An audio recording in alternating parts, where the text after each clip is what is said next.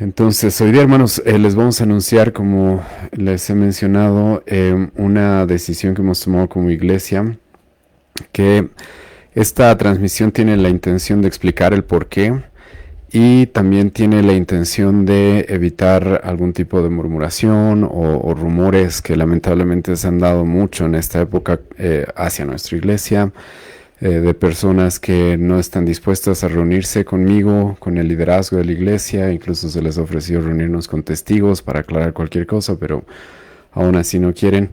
Y lamentablemente, bueno, para evitar rumores, para evitar murmuración, hemos decidido específicamente poder hacerles este anuncio, que si bien nuestra congregación local ya lo conoce, pero queremos hacerlo público, ¿sí? Para explicar varias cosas que creo que son muy importantes, no solamente para nuestra iglesia, sino en general, para el entendimiento que los cristianos tienen sobre las diferentes iglesias. Y como les dije, hermanos, una vez más, para evitar confusión, malos entendidos y rumores que se puedan dar respecto a nuestra iglesia local. Hermanos, la transmisión del día de hoy es con la intención de anunciarles y explicarles el cambio de nombre de nuestra iglesia, ¿sí? Nuestra iglesia ha decidido cambiar el nombre que hemos tenido ya por mucho tiempo. Van a ser ya 9 años que tenemos, 8 años si no me equivoco, que tenemos este nombre. Como todos nos conocen, hemos estado con el nombre de Iglesia Cristiana Bíblica Sola Escritura. Pero como ya les he mencionado, hermanos, hemos decidido hacer el cambio de nombre de nuestra iglesia. A partir de esta fecha, nuestra iglesia va a adoptar el nombre de Iglesia Cristiana Bautista Reformada y Sola Escritura. Vamos a mantener el Sola Escritura, que creo que también es algo que nos caracteriza y que mucha gente nos conoce específicamente por eso, por la Sola Escritura, que hoy día voy a explicar un poco más al respecto también. Así que, primero, hermanos, quisiera aclarar algo que creo que es muy importante, ¿sí? El cambio de nombre que hemos decidido tener en nuestra iglesia, por si acaso, hermanos, no significa de que estemos cambiando nuestra doctrina, no significa de que estemos cambiando la forma en la que hemos estado haciendo todos estos años las cosas dentro de nuestra iglesia, buscando ser fieles a la palabra. Así que les ruego, hermanos, no asustarse o escandalizarse pensando de que, bueno, a partir de este día domingo nuestra iglesia va a ser una iglesia completamente distinta, porque la realidad es de que no. Nuestra iglesia, a pesar de que estamos cambiando el nombre, va a mantener los distintivos que nos caracterizan, ¿sí? Como, por ejemplo, la predicación expositiva. Es algo con lo que vamos a continuar. Obviamente estamos completamente comprometidos a la a la predicación expositiva de la palabra del Señor, verso por verso. Todos los domingos estamos exponiendo diferentes libros de la Escritura. Específicamente yo estoy exponiendo el Evangelio de Juan. Ya estamos en el capítulo 14, versículo 12. Vamos a comenzar el próximo domingo. Así que vamos a continuar con la predicación expositiva. También, hermanos, nuestra iglesia va a continuar con el énfasis que tiene en la instrucción de las familias, como lo hemos hecho a lo largo de todos estos años. Sé que hemos tenido una pequeña pausa de los estudios de familias en los últimos meses. Esto es porque estamos teniendo un curso sobre la teología de la familia. Hemos dado todo un trimestre respecto a la doctrina de la familia en la Escritura. Es por eso que, bueno, hemos tomado una pausa con los estudios, aparte de que también le pedí a la iglesia si es que podía tomarme una pausa respecto a los estudios que hacemos, normalmente 2 veces al mes. Y vamos a retomarlos, por si acaso, y nuestra iglesia va a continuar con ese distintivo. Seguimos siendo una iglesia que nos consideramos de familias integradas. Esto significa de que tenemos un énfasis especial en la familia. La familia creemos que es el núcleo de la sociedad, y que Dios en la Escritura nos ha mostrado cuán importante es la familia. Solamente para recordarles, refrescar su memoria, la familia es la institución que Dios ha creado y diseñado con la intención de que refleje el Evangelio en este mundo. Así que es por eso que nos tomamos esto muy, muy en serio y vamos a seguir haciéndolo. Aparte también, los que congregan con nosotros saben que somos una iglesia de familias integradas, lo cual significa de que nosotros no segregamos la iglesia. No segregamos la iglesia por edades, no segregamos la iglesia por niños, adultos, adolescentes, adultos mayores, como muchas iglesias hacen. No, nosotros creemos de que la iglesia debe compartir todo juntos. Y nuestras reuniones dominicales, por ejemplo, muchos saben de que los niños comparten con nosotros en la iglesia. Tenemos muchos niños en la iglesia, los cuales ya están acostumbrados a escuchar la palabra del Señor, a mantenerse tranquilos mientras la iglesia adora, cantar incluso. Muchos niños cantan con nosotros, tenemos niños muy pequeñitos ya cantando los himnos junto con sus padres. Y nosotros no creemos que sea necesario hacer esa segregación, esa división entre jóvenes, entre adolescentes, adultos, porque, bueno, algo que ya hemos explicado en nuestra iglesia. Si quieren profundizar más sobre este tema, tengo una prédica completa en mi canal de YouTube respecto a qué es ser una iglesia con familias integradas. Y nuestra iglesia, hermanos, va a continuar con esto, va a continuar con el énfasis que tiene la familia y la forma en la que hemos estado abordando este tema en nuestra congregación local. Después, hermanos, nosotros continuamos siendo confesionales. Por si acaso no estamos cambiando nuestra confesión, nosotros sostenemos, y voy a explicar esto en un momento un poco más, sostenemos la Confesión Bautista de Fe de 1689 y vamos a continuar haciéndolo. Es más, el nombre ahora que vamos a adoptar es para que nuestra iglesia sea identificada, específicamente porque somos bautistas confesionales, o como también muchas veces se nos llama bautistas reformados. ¿Por qué? Porque nuestra iglesia es reformada también. Todos estos puntos, hermanos, específicamente lo de ser confesionales, lo de ser bautistas, lo de ser reformados, obviamente les voy a explicar en un momento más a fondo, ¿sí? Pero quiero aclarar y quiero dejar esto, hermanos, de manera enfática, lo más claro posible, para que no haya confusiones. Nuestra iglesia no está cambiando su doctrina, nuestra iglesia no está cambiando la forma en la que ha procedido todos estos años, en la que hemos practicado la escritura todos estos años. Seguimos siendo una iglesia con disciplina eclesiástica, confesional, con predicación expositiva. Somos una iglesia también, como algunos saben, y voy a explicar un poco más adelante, congregacional. Somos una iglesia en la cual el pastor Álvaro no toma todas las decisiones, sino de que somos una congregación en la cual todos los miembros de nuestra iglesia tienen voz y voto en todo lo que tiene que ver con la enseñanza, con la doctrina de nuestra iglesia, con la pureza de la doctrina de nuestra iglesia, el liderazgo, la ordenación de nuevos pastores, de diáconos, algo que vamos a tener en los siguientes meses también en nuestra iglesia, y en el tema de la disciplina y la membresía. Así que esto continúa, hermanos. A los que son miembros de nuestra iglesia probablemente tienen más conocimiento de esto, obviamente. Así que todo esto se mantiene igual. Pero como les he mencionado, hermanos, la intención de hacer el cambio de nuestro nombre es porque queremos que nuestra iglesia sea identificada de manera más precisa como quiénes somos y qué es lo que creemos, ¿sí? Quiénes somos y qué es lo que creemos. Y yo creo que el nombre, hermanos, que tenemos como iglesia es algo que debe representar esto, ¿sí? Es por eso que desde el día de hoy nuestra iglesia está adoptando el nombre de Iglesia Cristiana Bautista Reformada, Sola Escritura. Ahora, algunos se van a preguntar, ¿cuál es la necesidad? ¿Sí? ¿Cuál es la necesidad de hacer este cambio? ¿Por qué? ¿Por qué necesitamos hacer este cambio? Específicamente, hermanos, hay dos razones por las cuales hemos visto necesarios, y yo le he propuesto a nuestra membresía, a nuestra congregación, hacer el cambio de nombre. Y estos dos motivos son los siguientes. Uno, como ya les dije, es definir más claro la posición de nuestra iglesia, ¿sí? Quiénes somos, qué es lo que creemos. Entonces el nombre que estamos adoptando ahora nos va a ayudar a eso, a ser identificados de manera más precisa acerca de qué clase de iglesia somos. En segundo lugar, hermanos, también es porque queremos evitar malos entendidos. Ahora, lo que voy a explicar ahora, hermanos, les ruego que lo tomen con mucha madurez y discernimiento. ¿Por qué? Porque queremos evitar malos entendidos en el sentido de que el día de hoy, específicamente en nuestro contexto, estoy hablando del contexto de La Paz, el contexto de nuestro país, Bolivia, hay demasiadas iglesias que se han puesto el título de bíblicas.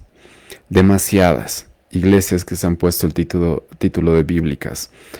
Ahora, ¿qué problema hay con ese título de llamarnos bíblicos? Creo que no tiene ningún problema. Obviamente es algo que toda iglesia debe buscar ser. Pero hermanos, el que una iglesia se llame bíblica no significa realmente que lo sea. Ahora, quiero, hermanos, también evitar este malentendido. Por si acaso, no estoy diciendo el día de hoy de que ahora todas las iglesias que tienen el título de bíblicas no son bíblicas. No estoy diciendo eso. Estoy seguro que hay iglesias que tienen el título de bíblicas en su nombre y que son iglesias verdaderas, son iglesias sanas. Estoy seguro, hermanos, de que existen ese tipo de iglesias en nuestra región también. Pero lamentablemente también lo que ha sucedido es de que muchas iglesias se han puesto bíblicas cuando la realidad es de que no lo son. Sí, es de que no son realmente bíblicas. Esto ya ha sucedido en años pasados con este título que muchas iglesias han adoptado, que es sana doctrina, por ejemplo. Sí, muchas iglesias en todas partes han empezado a poner en su nombre sana doctrina, iglesia de sana doctrina, ¿sí?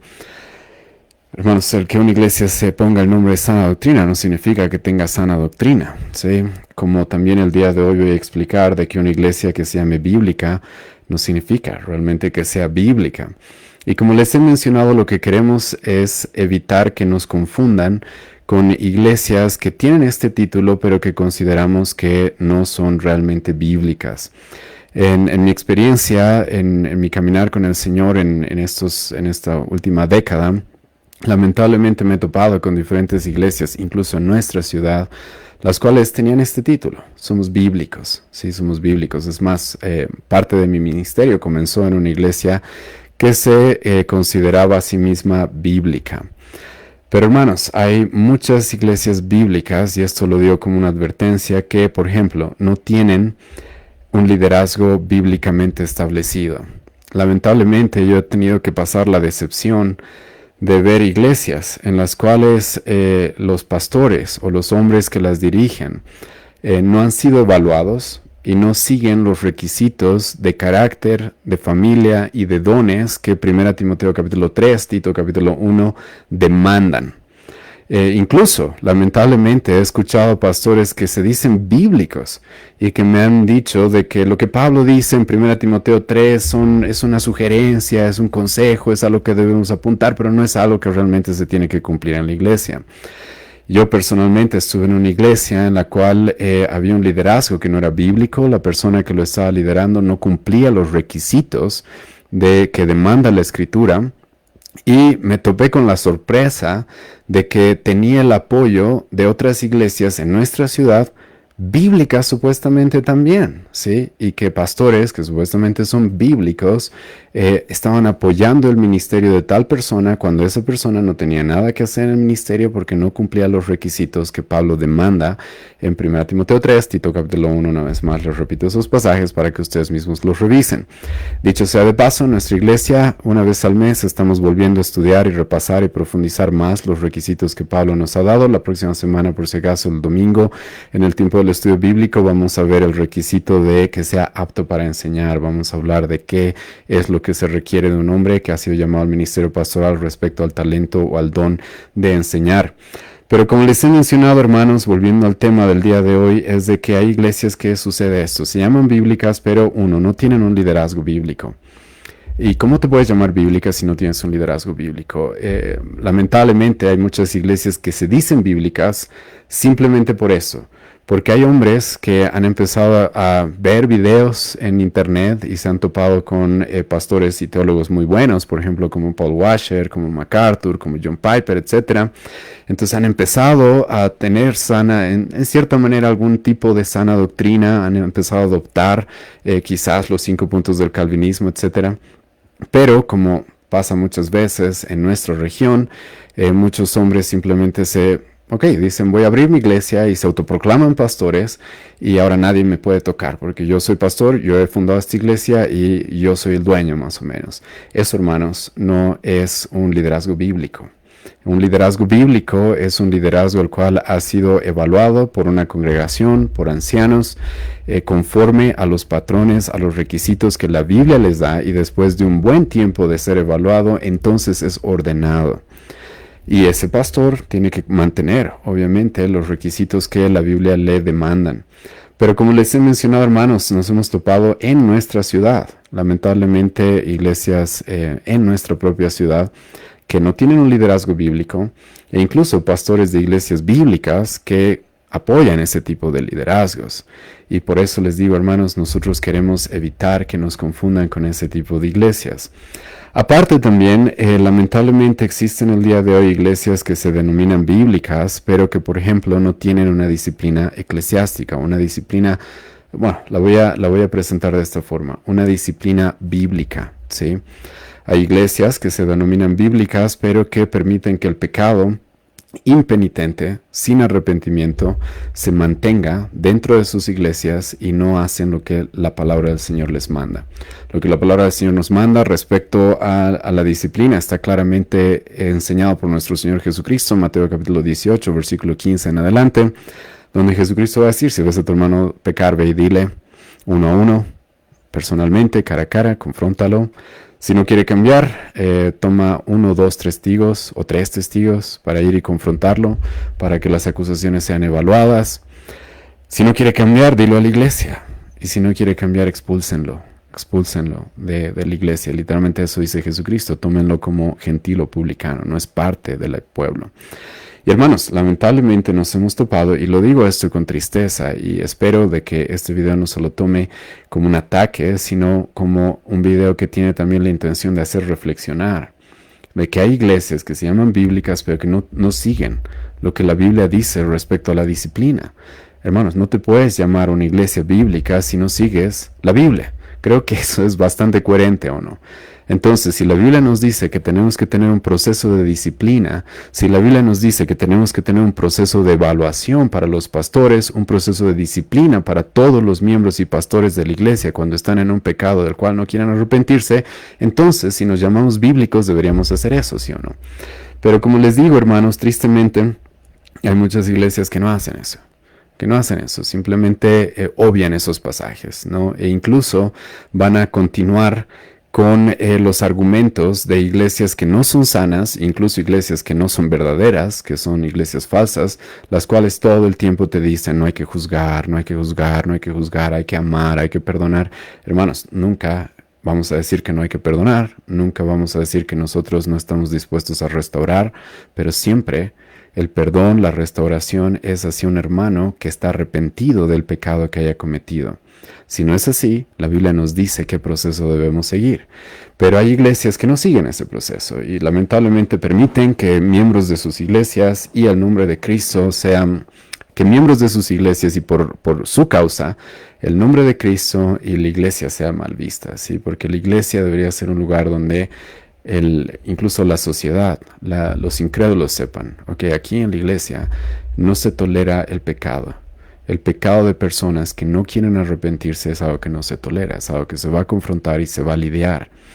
Pero como les he mencionado, hermanos, hay muchas iglesias que se llaman bíblicas, pero que no tienen una disciplina eclesiástica y por eso no queremos ser confundidos con ese tipo de iglesias. Así también, hermanos, hay iglesias que se llaman bíblicas, pero que no están dispuestas a seguir lo que la Biblia dice respecto a la iglesia, a la membresía e incluso a la adoración. He escuchado de iglesias que se ponen el título de bíblicas, pero cuando les preguntas, hermanos, ¿cómo se debe adorar al Señor? ¿Sí? He escuchado a un pastor bíblico que me dijo, mi iglesia es semipentecostal, ¿sí? En otras palabras, vamos a seguir adorando como iglesias que normalmente no siguen la palabra del Señor, que se entregan al emocionalismo, que se entregan a los shows, que se entregan a los conciertos, y vamos a mantener ese tipo de adoración. Y hermanos, si bien puede haber algunas diferencias en detalles de cómo cada iglesia adora, no creo que todas las iglesias tengan que adorar como nosotros en nuestra iglesia local, pero hermanos, si es una iglesia bíblica, por más de que hayan decidido usar este tipo de canciones o este tipo de autores, lo que uno esperaría es de que ellos digan, porque esto es lo que la Biblia nos dice. Pero no, hay muchas iglesias bíblicas que cuando se habla del tema de la adoración, que creo que es algo muy importante, ¿por qué? Porque hemos sido creados y salvados para adorar a Dios. No, ellos van a decir, ¿sabes? Esto es lo que nos gusta. Esto es lo que nos atrae, esto es lo que nos agrada, esto es a lo que estamos acostumbrados. Eso no es ser bíblicos. Ser bíblicos es decir, ok, ¿qué dice la Biblia? ¿Cómo es que Dios nos dice en su palabra que debemos adorarle? Y como les he mencionado, hay iglesias las cuales se ponen ese título, pero no tienen una disciplina bíblica, no tienen un liderazgo bíblico y no tienen una adoración bíblica. Entonces, hermanos, eso está causando, yo creo, bastante confusión y no queremos que nos relacionen con iglesias que no creemos que son bíblicas, sí, que creemos de que deben meditar, discernir, evaluar muchas cosas dentro de sus congregaciones. Aparte, hermanos, hay iglesias que lamentablemente, nosotros hemos tenido contacto, que no siguen los procedimientos bíblicos de cómo se debe plantar una iglesia, de cómo se debe actuar con el liderazgo de otras iglesias. Hay iglesias que se llaman bíblicas, pero que no consideramos que estén siguiendo una eclesiología bíblica. ¿A qué me refiero con eso? A la doctrina de la iglesia, cómo la iglesia debe ser organizada, liderada. ¿Por qué?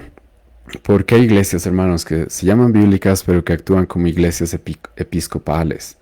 ¿A qué me refiero con esto? Que tienen iglesias, las cuales son una iglesia madre, que manda a otras iglesias y que pone y saca pastores a su antojo.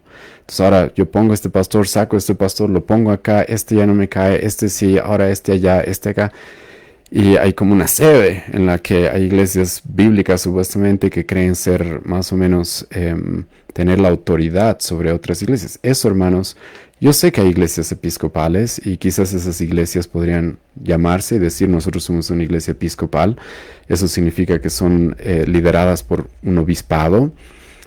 Entendería eso, sí, pero en nuestra percepción la Biblia no nos guía a esto. Sí, en nuestra percepción nosotros creemos que la Biblia nos guía a la independencia y autoridad de la iglesia local. La iglesia local no depende y no está bajo la sumisión de otras iglesias o autoridades. Lamentablemente, en nuestro contexto hay iglesias bíblicas las cuales tienen pastores que actúan de esa forma. Ellos son los pastores principales y lo que ellos dicen es ley, no les puedes contradecir absolutamente nada.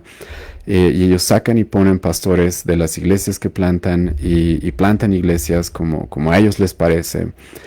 Y eso, hermanos, no está bien. Sí, eso en nuestra percepción y nuestro conocimiento de la Escritura no es algo que veamos que Dios nos haya mandado en su palabra. Sí, la Biblia nos muestra que cada iglesia tiene pastores, tiene una asamblea de miembros, puede resolver sus problemas, tiene poder para resolver sus problemas, para organizar su iglesia.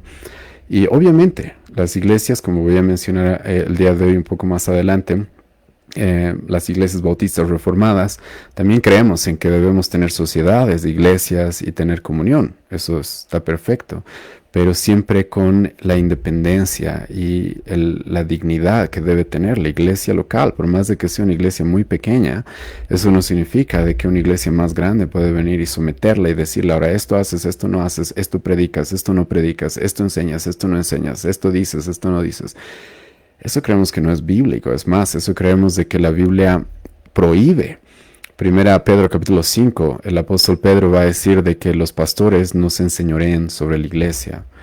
No se crean dueños de la iglesia, ¿sí? Entonces, por estas razones, hermanos, y hay más, no quiero hacer este video muy extenso, pero estas son algunas razones por las cuales hemos sido guiados a cambiar el nombre de nuestra iglesia, porque creemos de que tener el título de bíblico ya no es algo que lamentablemente caracteriza iglesias que verdaderamente estén siendo fieles a la Escritura. Ahora, no todas las iglesias, hermanos, por favor, les ruego una vez más escuchar bien estas palabras. No estoy diciendo ahora que toda iglesia que tiene el título de bíblico no es iglesia o no es sana. No estoy diciendo eso. Pero sí les estoy compartiendo la experiencia que hemos tenido lamentablemente con iglesias bíblicas en nuestra ciudad y en nuestro país.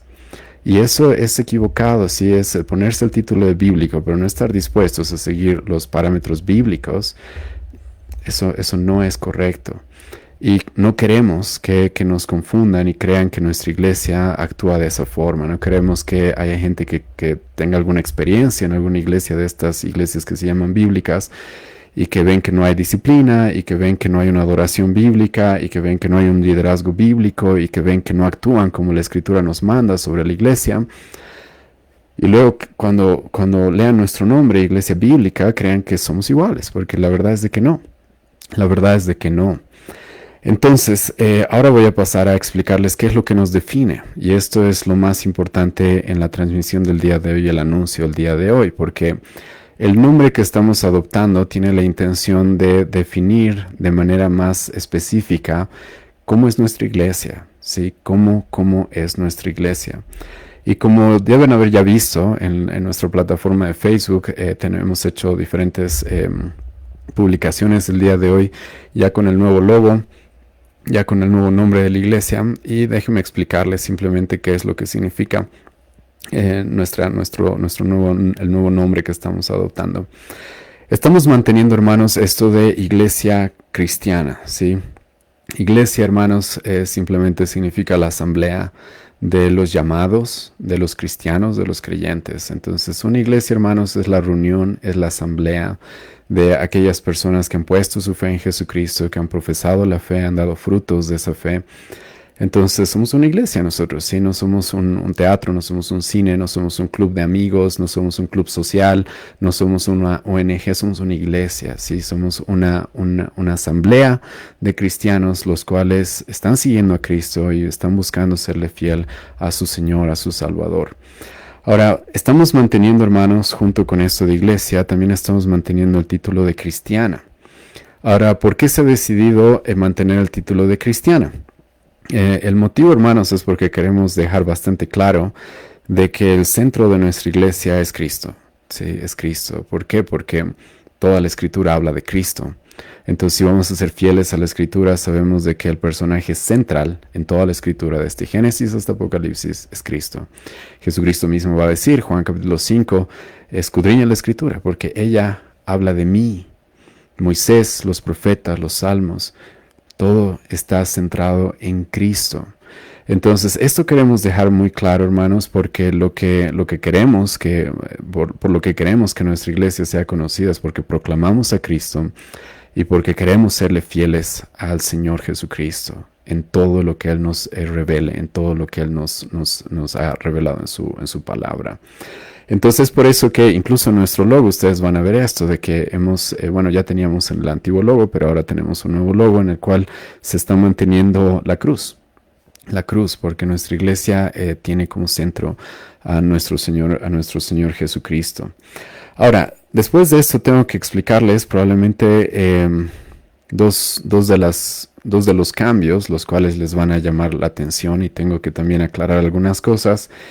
Y si tienen preguntas, hermanos, por favor háganlas en los comentarios, y si nos alcanza el tiempo el día de hoy voy a ver de contestarlas.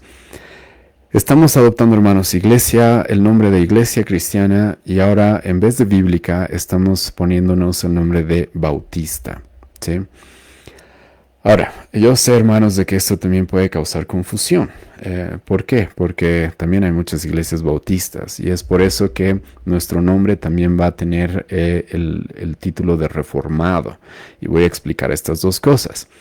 Con este tema de bautista, hermano, tengo que pedirles que no nos confundan con, hay muchas iglesias que se llaman bautistas, pero que son arminianas, por ejemplo, que no creen en las doctrinas de la Reforma. Hay muchas iglesias bautistas que son igual, medio pentecostales, carismáticas.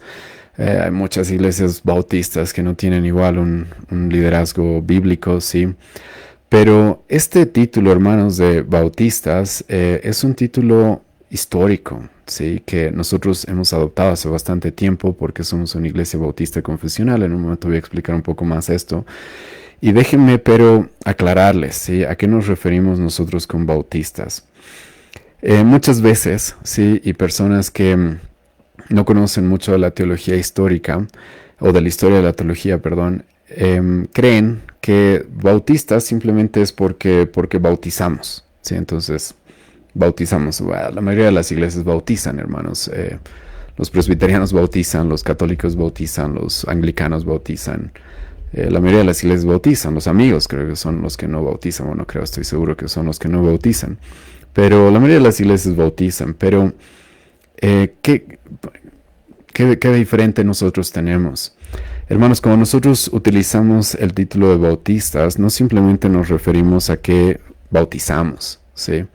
Sino nos referimos, hermanos, a de que creemos de que la membresía de nuestra iglesia debe ser de creyentes. Ahora, yo sé que aquí ustedes van a preguntar, pero ¿qué tiene qué tiene de relación el bautismo con la membresía? Hermanos, si tú estudias la Escritura, vas a encontrar de que la forma en la que los cristianos eran recibidos a la iglesia era cuando habían profesado su fe en Cristo y habían sido bautizados. Entonces tú vas a encontrar esto, hermano, a lo largo del libro de Hechos. Pusieron su fe en Cristo, fueron bautizados y se añadieron a la iglesia. Y hermanos, para nosotros es un punto muy importante. ¿Por qué? Porque nosotros creemos, como ya les he mencionado, en la membresía de creyentes o en la membresía de regenerados, como algunos también lo han propuesto. ¿A qué nos referimos con esto? Hermanos, para ser parte de nuestra iglesia local como miembros oficiales, yo sé que todos los domingos tenemos muchas visitas que están conociendo nuestra iglesia y pensando hacerse miembros, pero escucha, para ser miembro oficial de nuestra iglesia, nosotros lo que buscamos es de que seas un creyente. Sí o sí, buscamos frutos, evidencias de esto. Las evidencias fundamentales de esto es de que una persona ha profesado su fe en Cristo y se ha bautizado. Y nosotros bautizamos creyentes.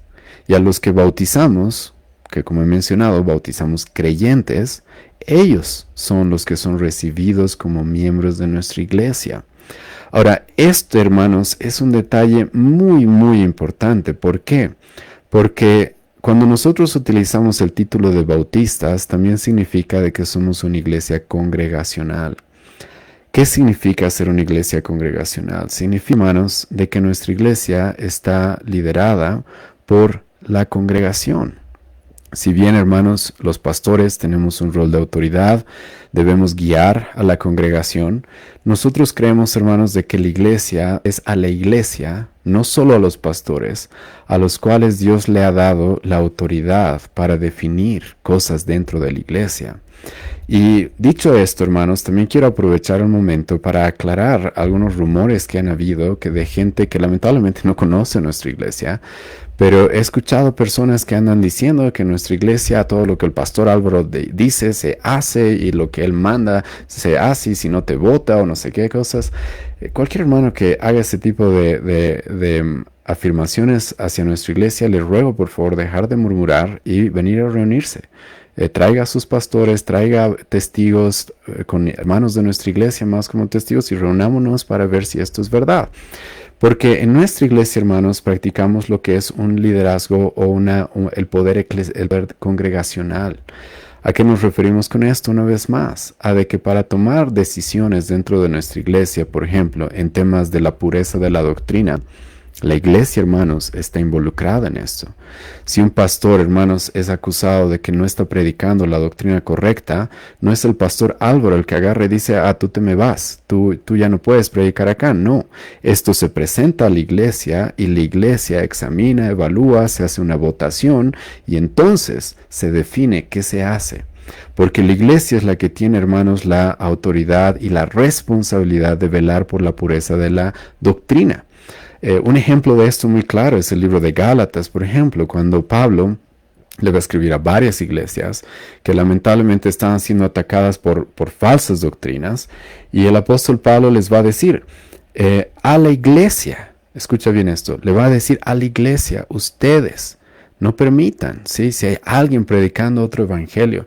Entonces nosotros creemos, hermano, que si bien los pastores, obviamente, somos los guardianes contra los lobos y debemos proteger la iglesia, está bien, pero no todo cae sobre nuestra responsabilidad, sino que la iglesia local, los miembros de nuestra iglesia, como son regenerados, como son creyentes, ellos tienen la autoridad, hermanos, para velar por la pureza doctrinal de nuestra congregación local.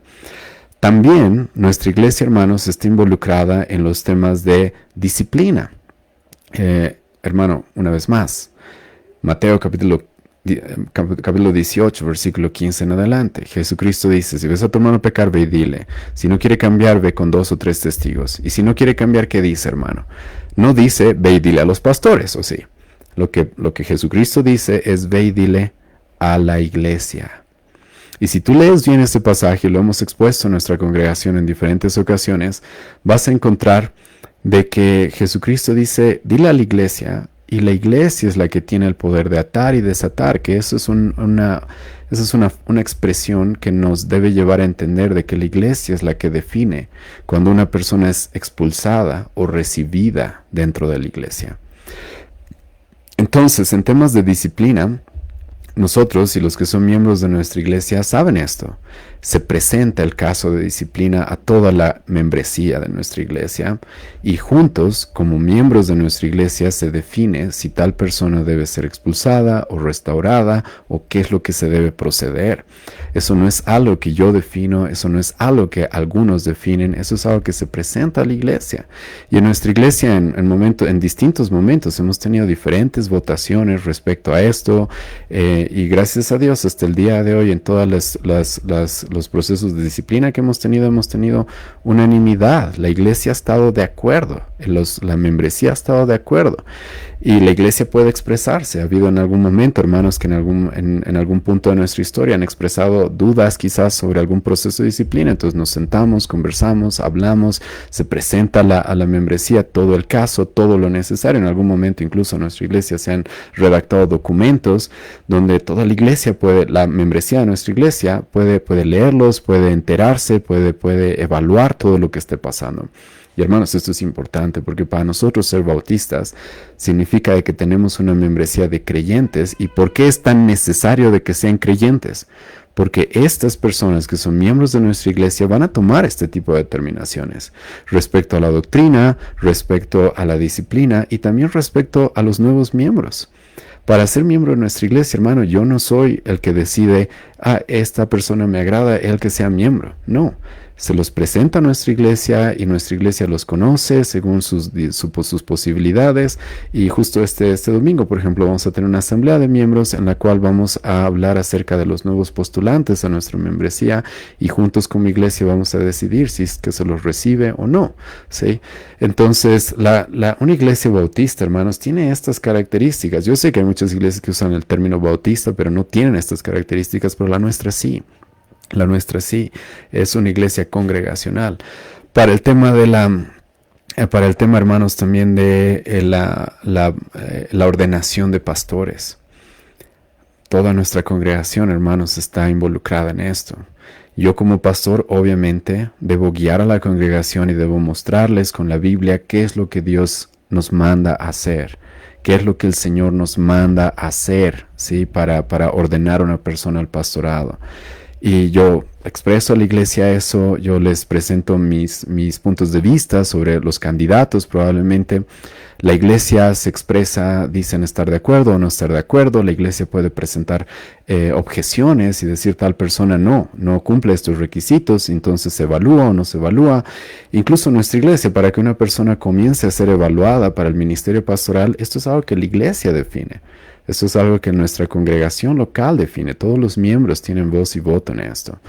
Entonces, hermanos, esto es muy importante porque yo sé que muchos ignoran qué es lo que significa ser bautista históricamente, pero, hermanos, es esto lo que significa. Somos una iglesia con membresía de creyentes, una iglesia congregacional. Una iglesia que está dirigida por la congregación, sí, por la congregación. Miembros y pastores y diáconos juntos definen cómo actuar y cómo proceder y cómo aplicar la escritura de la manera más precisa. Entonces, eso, hermanos, son características de los bautistas históricamente, pero hay una característica más que no me la quiero pasar y es de que nosotros somos confesionales. ¿A qué nos referimos con confesionales? Hermanos, nuestra doctrina está bien definida. Nosotros hemos abrazado la Confesión de Fe Bautista de 1689, que para los que no conocen, hermanos, es un documento, es uno de los documentos históricos más importantes de la Iglesia. Sí, junto con la Confesión de Westminster, tal vez podemos agregarle también los diferentes documentos belgas que existen. Pero la Confesión Bautista, hermanos, de 1689 fue redactada por pastores, teólogos bautistas como nosotros, los cuales buscaron definir qué es lo que creían, qué es lo que creían. Ahora, nuestra confesión, hermanos, no está a la altura de la Biblia, por si acaso. Nuestra confesión no es infalible, no es inerrante, pero creemos de que es un documento bastante confiable porque nos resume las doctrinas más importantes en la Escritura. Nos da un buen resumen conciso de las doctrinas más importantes en la Escritura. Y hermanos, cualquier persona que quiera conocer un poco más de teología, adentrarse más, crecer en teología, yo le animaría a estudiar la confesión de fe, las confesiones de fe que existen. La de Westminster, la Bautista, y nosotros, hermanos, sostenemos la Confesión de Fe de 1689. Tenemos 32 artículos, los cuales son lo que nuestra iglesia cree, lo que nuestra iglesia enseña, lo que nuestra iglesia practica. Y si tú lees la Confesión de Fe vas a encontrar de que comienza con el primer artículo de fe, que es el fundamento de todo lo demás, y es de que la Escritura es nuestra mayor autoridad. Y de ahí pasamos a estudiar qué es lo que dice la Escritura sobre Dios, sobre Cristo, sobre la salvación, la fe, las obras, la santificación, el nuevo nacimiento, la iglesia, los últimos tiempos. Entonces nuestra iglesia, hermanos, y esto es una característica de las iglesias bautistas, son confesionales. Sí, son confesionales. Tienen una doctrina ya definida. Y eso, hermanos, es muy importante para nuestra iglesia. Y esto específicamente les digo a los hermanos de nuestra iglesia. ¿Por qué? Porque, hermanos, la iglesia no puede cambiar su doctrina porque el pastor Álvaro se vaya, se muera, o tal vez me vuelva un hereje, no sé, Dios no quiera, obviamente. Pero, hermano, la iglesia debería mantenerse firme en una doctrina. Es eso lo que la Biblia nos manda cuando Pablo nos dice en 1 Corintios capítulo 16 de que estemos firmes en la fe. A lo que se está refiriendo es a eso, a estar firmes en la fe que nos ha sido dada, ¿sí? Incluso la Biblia nos manda a contender ardientemente por la fe que nos ha sido dada una vez y para siempre. Judas capítulo 1 versículo 3. Entonces nosotros, hermanos, somos confesionales. Adoptamos esta confesión porque creemos que los 32 artículos de fe que tenemos son un resumen muy bueno y conciso de las doctrinas centrales. Hay algunas otras doctrinas que quizás sí, podemos ser un poco más flexibles respecto a algunos temas, pero hermanos, hay doctrinas las cuales nuestra iglesia no debate. Es lo que creemos, es lo que enseñamos. ¿Sí? Entonces, esto, hermanos, es por lo cual estamos adoptando el título de bautistas. Yo sé que mucha gente no entiende, no conoce, pero espero que esto también les ayude a conocer. No les estoy dando un estudio exhaustivo, por si acaso, a los bautistas, pero espero estar dándoles un resumen para que entiendan, hermanos, por qué estamos adoptando este título de bautistas. Entonces, somos una iglesia cristiana, bautista, pero también, hermanos, somos una iglesia reformada. Hay bautistas que no son reformados y es por eso que para no relacionar o para que no nos confundan con esa línea teológica, nosotros también adoptamos en nuestro nombre el título de reformados. ¿Qué significa esto, hermanos? Lo que significa en general o en resumen es de que nosotros, hermanos, creemos en las doctrinas centrales que la Reforma Protestante produjo. Estas doctrinas centrales probablemente se pueden resumir de manera muy precisa y concisa en lo que se conoce como las 5 solas y los 5 puntos del calvinismo. Ahora, tengan cuidado, hermanos, ¿sí? Porque cuando hablamos de los 5 puntos del calvinismo, hay personas que van a decir, ¿vieron? Ustedes siguen a Calvino. Hermano, Calvino, por si acaso, no era bautista, ¿sí? No era bautista. Pero eso no significa de que Calvino no enseñó cosas que eran ciertas. Y los 5 puntos del calvinismo, en realidad, hermanos, son los 5 puntos de lo que nosotros creemos que es un entendimiento correcto de lo que la Escritura enseña, no de lo que Calvino enseñó, sino de lo que la Escritura enseña. ¿Cuáles son estos puntos? La depravación total del hombre. Hermano, ¿cuál es la condición del hombre? Hay iglesias que te van a decir que el hombre está enfermo, el hombre está ahí nadando en un mar pidiendo ayuda, ¿sí? Que alguien lo ayude y Dios viene y lo ayuda. Hermano, la Biblia no dice eso. La Biblia dice el hombre está muerto en sus delitos y pecados. hermanos, eso es lo que la Escritura dice. Efesios capítulo 2, versículo 1 al 3. Estamos muertos en nuestros delitos y pecados.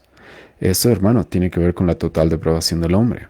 Ustedes pueden leer después, si quieren, Romanos capítulo 3, versículo 10 en adelante. No hay uno justo, no hay uno bueno, no hay quien entienda, no hay quien busque a Dios. Todos se desviaron, aún así hicieron inútiles. Hermano, la Biblia presenta al hombre de esta forma, con una condición desesperada porque está muerto. Es por eso que necesitamos a Cristo y a su Espíritu que nos dé vida. Entonces nosotros, hermanos, sostenemos estos puntos que creemos que son no lo que Calvino enseñó, es lo que la Biblia enseña. De que el hombre está muerto en sus delitos y pecados, como ya he mencionado. Y hermanos, aparte de esto, la total depravación es uno de los puntos. El segundo punto es la elección incondicional. Nosotros somos una iglesia que sostiene de que Dios de manera soberana elige a quienes salvar. Ahora yo sé, hermanos, que esa es una doctrina para muchas iglesias controversial y es una mala palabra, la palabra elegidos o elección o predestinación. Pero hermanos, la Biblia eso es lo que enseña. Eso es lo que enseña. Jesucristo dice, Juan capítulo 10, yo conozco a mis ovejas por nombre. Por nombre, ¿sí? Jesucristo, el apóstol Pablo, nos va a decir, Efesios capítulo 1, hemos sido predestinados, escogidos desde antes de la fundación del mundo. El apóstol Pablo va a decir, Romanos capítulo 8, versículo 29, lo mismo, hemos sido predestinados, hemos sido elegidos. El apóstol Pedro va a repetir lo mismo. Este tema de la elección, hermanos, es algo que nosotros creemos y es una elección incondicional. Dios no nos elige porque seamos muy guapos o muy inteligentes o tengamos muchas buenas obras. Él nos elige, hermanos, a pesar de que estamos muertos en nuestros delitos y pecados.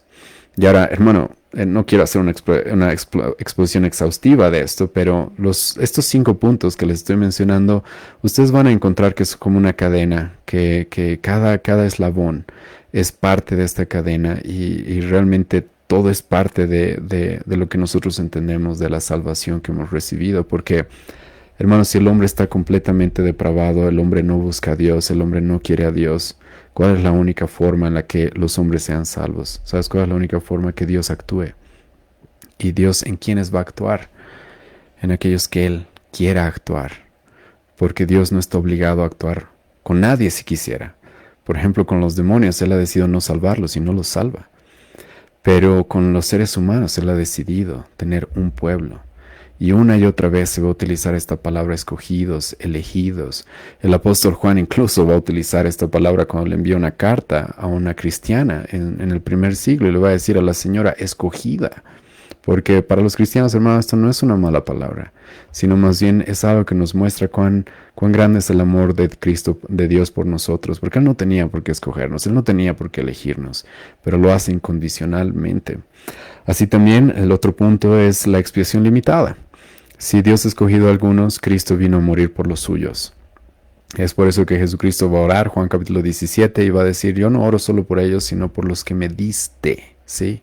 Por los que me diste, ellos oro. Yo no oro por todo el mundo, va a decir Cristo, sino por los que son tuyos, por los que tú me diste. Jesucristo una vez más, Juan capítulo 10, va a decir, yo conozco a mis ovejas y yo muero por mis ovejas. Y en ese mismo capítulo, si tú lo lees, hermanos, sin prejuicios, vas a encontrar que Jesucristo va a decir, ustedes no son mis ovejas algunos. Entonces, hermano, Cristo dice, yo he venido a morir por mis ovejas. Eso no se puede negar. Y las personas que van a usar Juan capítulo 3, versículo 16 para decir que Cristo vino a morir por todos, hermano, estás haciendo contradecir la Escritura. Porque Cristo más adelante va a decir, yo he venido a morir por mis ovejas. Mis ovejas oyen mi voz, ellos son los que creen y tienen vida eterna, de los cuales habla Juan capítulo 3, versículo 16 en adelante. Entonces nosotros creemos, hermano, en una expiación limitada, o como algunos han intentado llamarla en nuestra época, una expiación eficaz. Porque todos por los que Cristo ha muerto van a ser salvos. Los va a llamar, los ha elegido, ha muerto Cristo por ellos y los va a llamar. Aquí también entra, hermanos, al otro punto que es el tema de la gracia irresistible. Hermanos, cuando Dios llama a alguien, eso es algo que no se puede resistir. Es como Jesucristo llamando de la tumba a Lázaro que estaba muerto y le dice, ven, sal. Y él no puede resistirse a que su cuerpo cobre vida, a volver a pararse, sentir, ver, escuchar, y entonces va a Cristo. Eso, hermanos, es lo que le pasa a todo cristiano. Es por eso que el apóstol Pablo, una vez más, casi en todas sus epístolas va a utilizar el término llamados, llamados para referirse a los cristianos, a los que han sido llamados.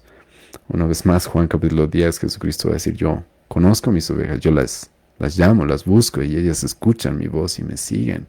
Desde el Antiguo Testamento tú vas a encontrar esto, como Dios llama a Abraham y él lo sigue, a pesar de que era un Dios desconocido, un Dios que no veía, un Dios que no era como los dioses de los cuales él estaba acostumbrado, en Ur de los caldeos, los ídolos que podían ver, la luna que podían ver. No, un Dios que no se puede ver, que es invisible, lo llama y ¿qué hace Abraham? Lo sigue, porque sus ovejas oyen su voz y lo siguen. ¿Sí? Y nosotros creemos esto, y esto tiene que ver con el llamado eficaz o la gracia irresistible. Y hermanos, si estamos muertos en nuestros delitos y pecados, si Dios nos ha elegido para salvación, si Cristo ha muerto por nosotros, por sus ovejas, si Él nos ha llamado para que seamos suyos, ¿qué crees que nos va a pasar? Lo que va a pasar con todo verdadero cristiano es de que va a perseverar hasta el fin. Es de que Dios lo va a guardar y lo va a proteger hasta el fin. Y ningún cristiano verdadero puede perder la salvación que Dios le ha provisto. Este es el quinto punto, y es de que nosotros creemos en la perseverancia de los santos. Y es de que Dios los va a guardar hasta el final, hasta el final. Por eso el apóstol Pablo va a decir Romanos 8, nada podrá separarnos del amor de Cristo, absolutamente nada podrá separarnos del amor de Cristo. Y si tú lees el pasaje, Pablo va a poner todo tipo de circunstancias y cosas que podrían pasar, capaz para que alguien se pierda, ¿sí? El diablo, Satanás, los principados, potestades, la muerte, el porvenir, el futuro. Pablo va a decir, no hay nada que pueda separarnos. ¿Por qué? Porque Cristo dijo, yo muero por mis ovejas y yo no voy a perder ni una sola yo voy a perder. Y hermanos, esto es muy importante, porque si Cristo ha pagado todos nuestros pecados, entonces, ¿por qué podría perderme? Si Él ha pagado todo. Si yo he puesto mi fe en Él, Él ha pagado absolutamente todo. Dios me da una nueva vida, me llama, me regenera, me da una nueva mente, un nuevo corazón para que yo ponga mi fe en Cristo. Es por eso que la fe se la llama un don. En Filipenses capítulo 1, en Efesios capítulo 2, se la llama un don de Dios, un regalo de Dios. Y esa fe me lleva a Cristo, que ha pagado todo, todo por mí. Él en la cruz dijo, consumado es, todo está hecho. Entonces, hermano, ¿cómo podría perder algo de lo cual yo no soy responsable? Yo no soy salvo por mis obras, yo no soy salvo por mis méritos, soy salvo por lo que Cristo hizo por mí. Entonces, lo lógico es de que, entonces no podemos perder algo que Cristo ha hecho completamente, una obra que Cristo ha completado por nosotros. Y hermanos, estos puntos son muy relevantes porque esto es lo que nos hace reformados, esto es lo que los reformadores entendieron, lo que entendieron los teólogos de la Reforma, que la Escritura claramente enseña. Y hermanos, cuando tú entiendes bien esto, vas a entender mucho más el Evangelio, porque como les he expresado, esto nos hace ver cuánta gracia Dios nos ha mostrado a pesar de nuestra condición. Y hermanos, las personas que no sostienen estos puntos, lamentablemente, y lo digo con humildad, aunque probablemente para muchos no va a sonar así, pero es con la intención de que puedan examinar, negar alguno de estos puntos, sí o sí, de manera lógica, te termina llevando a creer en la salvación por obras. Aunque digan 99% Dios y un 1% nosotros, hermano, entonces ya no es 100% gracia. Es por eso que a estas doctrinas se les ha llamado las doctrinas de la gracia, de la gracia. Y cuando nuestra iglesia se llama reformada es porque creemos en estas doctrinas. Ahora, no solamente el concepto de reformado nos lleva a estas doctrinas, las doctrinas de la gracia, sino que también nos lleva a lo que son los 5 puntos del calvinismo. Perdón hermano, no los 5 puntos del calvinismo, las 5 solas de la reforma. ¿Cuáles son estas 5 solas de la reforma? Voy a dejar la primera para el final, ¿sí? Porque tiene que ver con nuestro nombre también. Pero las cinco solas de la reforma es sola fe, sola fide. Hermanos, ¿somos salvos por obras o por fe? Solo es por fe. Y si es solo por fe, como Pablo dice en Romanos capítulo 4, entonces es por gracia. Por eso nosotros creemos sola fe, sola gracia. No es por obras, no es por méritos, no es por ceremonias, no es por rituales. Es sola fe, sola gracia. Pero sola fe en quién? Esta gracia, ¿en quién la encontramos? En Cristo solamente. Tú no necesitas un papa, tú no necesitas una iglesia que interceda por ti, que haga algo para que tú te salves. No, lo que tú necesitas es a Cristo, solo Cristo. Porque nadie llega al Padre si no es por mí, Jesucristo va a decir. Yo soy el camino, la verdad y la vida. Porque hay un solo mediador entre Dios y los hombres. Pablo va a decirle a Timoteo en 1 Timoteo capítulo 2, solamente hay un mediador entre Dios y los hombres. Ya no necesitamos sacerdotes, no necesitamos esos sacrificios que se hacían en el Antiguo Testamento, no, porque Cristo, como dice el autor de Hebreos, con una ofrenda ha hecho todo, ha pagado todos nuestros pecados. Entonces, solo Cristo, la fe, la gracia se encuentra solo en Cristo, la fe solo en Cristo es la que salva. Y hermanos, esto resulta en la gloria de Dios, porque Dios es el que envió a su Hijo. Dios es el que hizo todo este plan. Por eso Jesucristo va a decir una y otra vez, escucha bien, va a decir, el Padre que me envió, el Padre me mandó que yo hiciera esto. Como el Padre dijo, las palabras que yo digo son las que el Padre quiere que yo diga. Las obras que yo hago son las obras que el Padre quiere que yo haga. Por eso Jesucristo antes de ir a la cruz le va a decir, Padre, que tu voluntad se haga y no la mía. Y hermano, cuando tú entiendes esto, de que el Padre ha hecho todo para salvarnos, Dios ha hecho todo en Cristo para salvarnos, entonces ¿quién se lleva toda la gloria? Hermano, no yo, no el pastor Álvaro, no la iglesia, no un sacerdote, no un cura, no el papa, solamente Dios. Por eso una de la última sola de la reforma que normalmente se la utiliza al final es soli deo gloria, que es solo a Dios la gloria. Y nosotros, hermanos, sostenemos eso. Toda la gloria es para Dios. Ahora, aquí también no me quiero extender tanto, pero cuando hablamos de solo a Dios la gloria, también, hermanos, es porque creemos de que la salvación, el fin de toda la obra de Cristo, no es específicamente la salvación, sino es la gloria de Dios. Dios rescata un pueblo para ahora Él ser glorificado. Por eso Pablo va a decir, porque todas las cosas son de Él, por Él y para Él, a Él sea la gloria por los siglos de los siglos. Amén. Romanos capítulo 11. Entonces, hermanos, todo apunta hacia la gloria de Dios. Y ahora, he dejado, hermanos, la primera sola, que es la fundamental, sinceramente, entre todas estas, la he dejado para el final, porque también esto tiene que ver con nuestro nombre como iglesia. Una de las solas, o la sola fundamental, hermano, para las otras que les he mencionado, sola fe, sola gracia, solo Cristo, solo para Dios la gloria, solo a Dios la gloria. Hermano, todo eso tiene como fundamento en sola escritura. Porque cuando tú estudias, hermano, solo la escritura, vas a llegar a esas conclusiones. Es inevitable, hermano. La Iglesia Católica es porque rechaza la sola escritura que se desvía de la sola fe en Cristo, de la sola gracia, de solo Cristo, solo para la gloria de Dios. Pero cuando tú estudias la escritura, y eso es lo que hicieron los reformadores hace más de 500 años, ellos buscaron, volvamos a la escritura. No, el Papa no es autoridad sobre la escritura. La iglesia no es autoridad sobre la escritura. La tradición no es autoridad sobre la escritura. Todo lo que contradiga la escritura, incluso nuestras experiencias, como Lutero va a decir, debe ser desechado. Debe ser desechado porque la escritura, hermanos, es en ella, en la cual Dios nos ha revelado todo lo que necesitamos saber. Es por eso, hermanos, que nosotros también vamos a mantener en nuestro nombre por lo que somos conocidos muchas veces. La gente tal vez ni sabía que éramos bíblicos. Tal vez mucha gente va a obviar todo esto de bautistas reformados.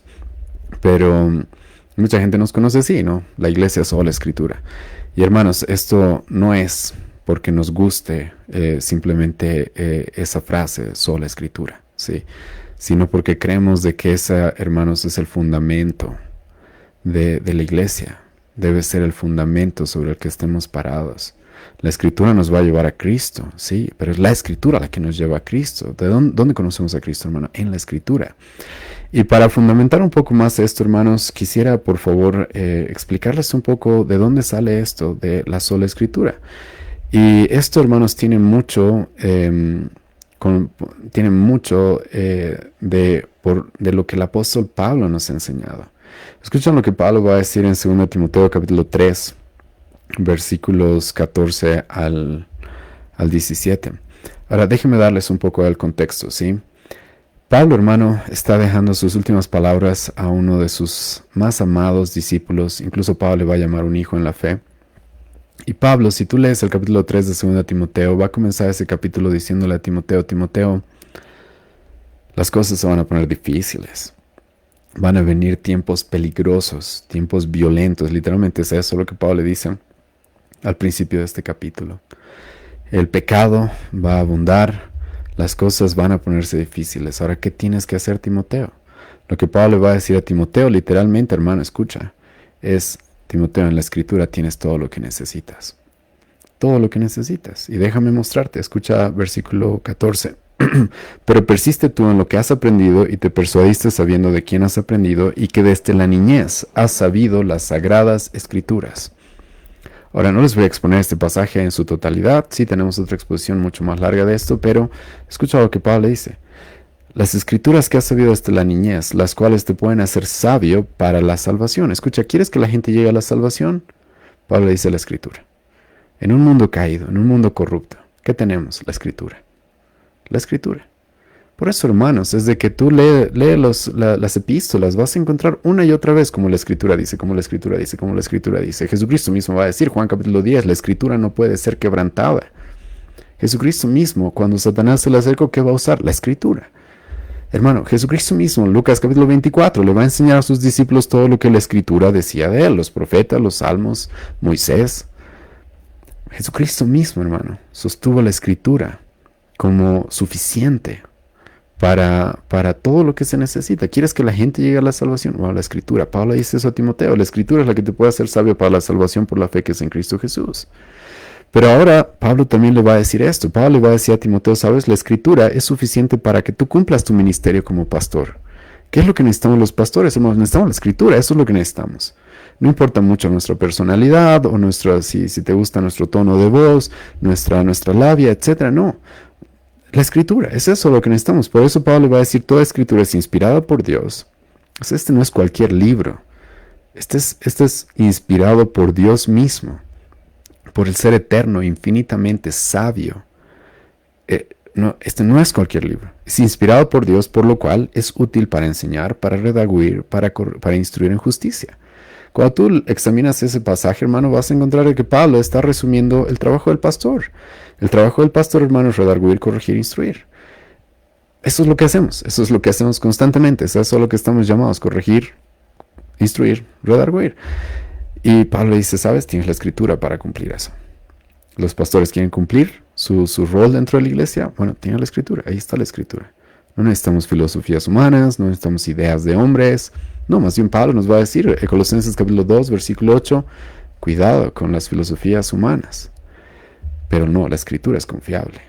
La escritura es suficiente para que la gente llegue a la salvación. La escritura es suficiente para lo que necesitamos hacer dentro de la iglesia, redarguir, corregir, instruir.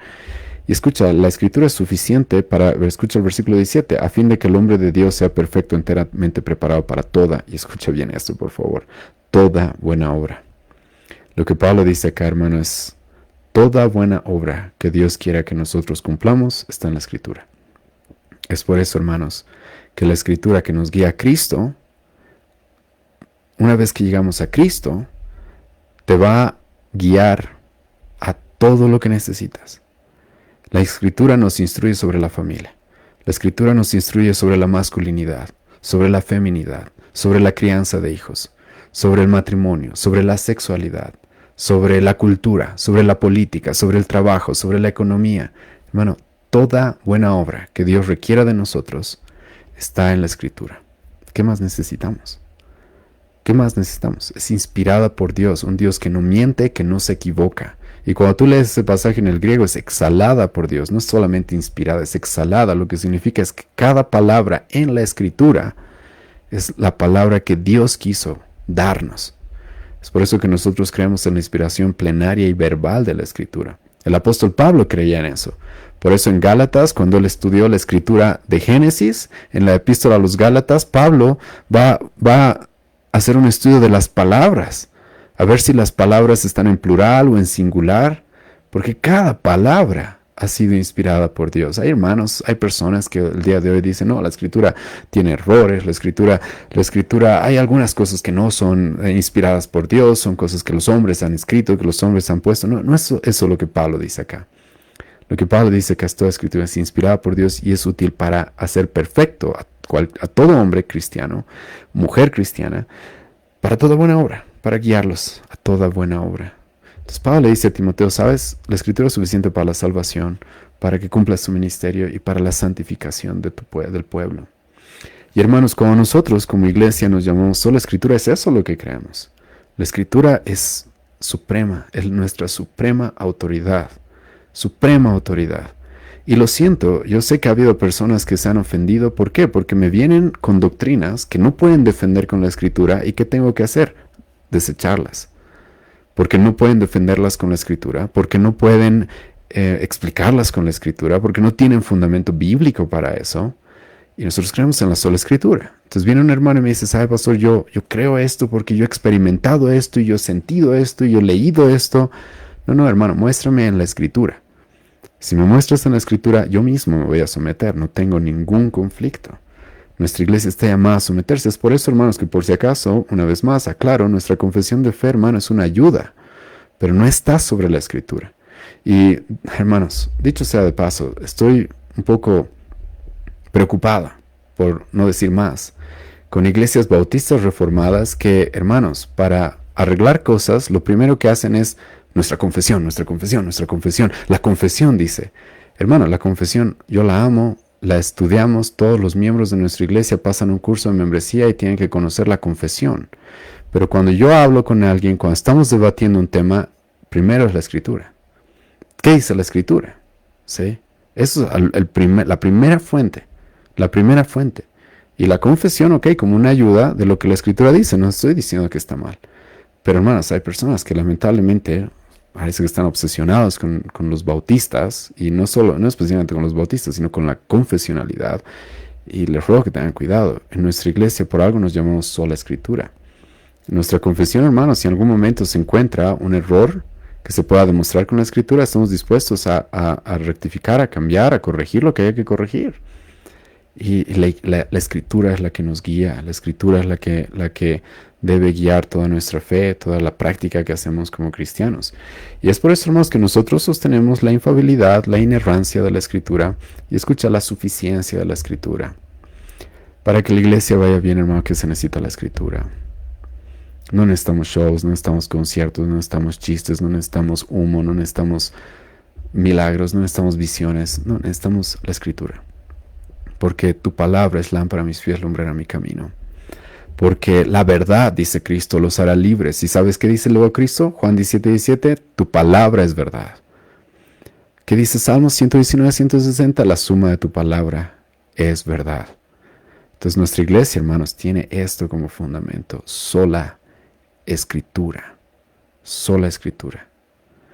Y es por eso que estamos manteniendo, hermanos, el nombre al final sola escritura. Y con esto, hermanos, queremos anunciarles de que nuestra iglesia está cambiando su nombre por todos los motivos que les he dado. Si tienen preguntas, hermanos, ahora es el momento. Pero espero haya quedado claro por qué hemos decidido, hermanos, y por si acaso una vez más, esto es algo que se ha decidido como iglesia.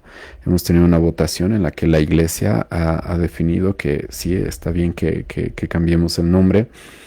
Y a partir del día de hoy, hermanos, nuestra iglesia debe ser conocida por ser Iglesia Cristiana Bautista Reformada Sola Escritura. ¿Sí? Así que, hermanos, voy a leer sus comentarios si tienen alguna consulta. Si no, con eso tal vez vamos a cortar la transmisión. Espero les haya ayudado, hermanos. Espero que esto una vez más ayude a que no haya confusiones, no haya malos entendidos, no haya murmuración, rumores. Hermanos, si hay alguien que no está de acuerdo con algo, que cree que estamos haciendo algo mal, por favor, reúnase, busque una reunión conmigo, con testigos, con la iglesia, y reunámonos para charlar, para conversar. Como les digo, los miembros de nuestra iglesia ya hemos tenido una votación en la cual de manera mayoritaria se ha decidido de que se va a hacer el cambio de nombre. Pero hermanos, si hay alguien que no es parte de nuestra iglesia y quiere aclarar algo,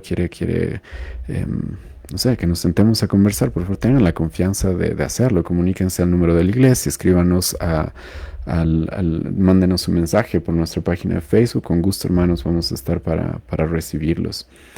Así que, hermanos, espero les haya servido este anuncio y el Señor nos guíe, ¿sí? A ser fieles y a lo que estamos, a lo que creemos.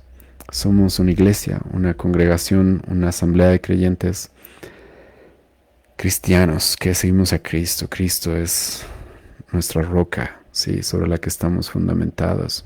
Somos bautistas, creemos en la membresía de creyentes, somos congregacionales, somos confesionales, somos reformados, sostenemos las doctrinas de la gracia, los 5 solas de la reforma. Y hermanos, la Escritura es nuestra máxima autoridad. Por eso hemos mantenido esto de sola Escritura. Así que bueno, hermanos, el Señor los bendiga. Veo que no hay preguntas. Más bien creo que sí están bastante de acuerdo con la exposición el día de hoy o con el anuncio. Y hermanos, el Señor los bendiga a los miembros de nuestra iglesia. Gracias por todo el apoyo que dan a la iglesia local a la que pertenecen. El Señor nos ayude a ser fieles a lo que hoy día hemos expuesto. Y también espero, hermanos, de que esto pueda ayudar, ¿sí? En nuestro contexto a que reflexionen, ¿sí? Hay muchas iglesias que se ponen el título de sana doctrina, bíblicas, pero realmente lo están haciendo. Sentémonos a conversar, sentémonos a charlar, si es necesario, y aclaremos lo que haya que aclarar. Pero, hermanos, lamentablemente por la situación, sinceramente yo lo he sentido como algo que nos fuerza a tengamos cuidado de que nos confundan, ¿sí? De que crean de que en nuestra iglesia no hay disciplina, en nuestra iglesia no hay un liderazgo bíblico. Así que espero que con este cambio de nombre las cosas más bien se aclaren y las personas que vayan conociendo nuestra iglesia puedan de golpe entender, o no entender tal vez completamente, pero sí ser enfrentados a esto. Ok, esta es una iglesia, cristiana, eso creo que muchos van a entender. Pero Bautista Reformada, ¿qué será? ¿No? Y me agrada cuando hay gente que se acerca y pregunta, ¿qué es Bautista Reformada? ¿Por qué son Bautistas Reformados? Entonces les podemos explicar y sola Escritura, ¿sí? Así que bueno, hermanos, el Señor los bendiga. Les dé un buen descanso. Si es que no hay alguna pregunta.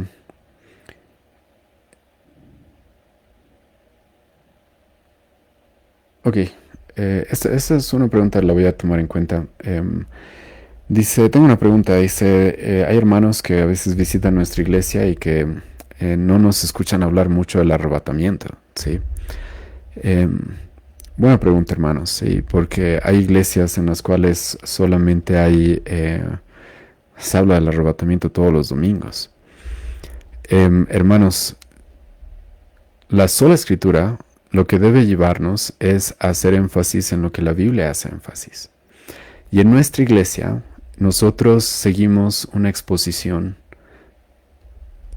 de verso por verso de la Escritura. Y hermanos, cuando nos toque llegar a un pasaje que habla sobre el arrebatamiento, lo vamos a hacer y lo vamos a exponer. Es más, ya me ha tocado tocar un poco esos temas en alguna exposición de Juan y de Lucas. Entonces lo vamos a hacer, ¿sí? Pero la forma en la que nosotros procedemos en nuestra iglesia, como creemos que toda la Escritura es útil, como creemos que toda la Escritura es la palabra de Dios, hermanos, nosotros queremos predicar la Escritura verso por verso, no queremos saltarnos lugares. Y sinceramente hay iglesias que están obsesionadas con el rapto, con el arrebatamiento, y yo les haría esta pregunta. En todo el ministerio de Jesucristo, ¿cuántas veces Él enseñó sobre el arrebatamiento? Van a encontrar 1, 2, 3 capítulos en los evangelios, en las epístolas. Van a encontrar 1, 2, 3 capítulos. Y está bien, hay que exponerlos, hay que predicarlos. Pero hermano, toda la Escritura es útil. Y en nuestra iglesia vamos a tocar esos temas. Vamos a predicar esos temas. Y estamos estudiando la Biblia. Pero aparte de esos temas hay muchas más cosas que aprender, ¿sí? Y no es que no hablamos del arrebatamiento, es que nosotros hacemos predicación expositiva. Entonces, estamos en el Evangelio de Juan. Hemos comenzado Juan capítulo 1, versículo 1. Ahora estamos después de, creo, 2 años, en Juan capítulo 14, versículo 11. y vamos a estar avanzando. Sí, justo la próxima semana ya vamos a hablar del Espíritu Santo, la llegada del Espíritu Santo y todos esos temas, que a veces hay personas que igual dicen, ellos nunca hablan del Espíritu Santo. No es que nunca hablamos, es que hablamos cuando nos toca exponer ese pasaje en la Escritura. Entonces, eso, hermano, no es que le tenemos queremos ocultar el arrebatamiento o no creamos en un arrebatamiento para nada, sino que lo vamos a exponer cuando lleguemos a esos pasajes. Y la Escritura, hermanos, está diseñada de tal forma que Dios nos quiere dar un balance. Sí, un balance que cuando en muchas iglesias no hay predicación expositiva, no hay.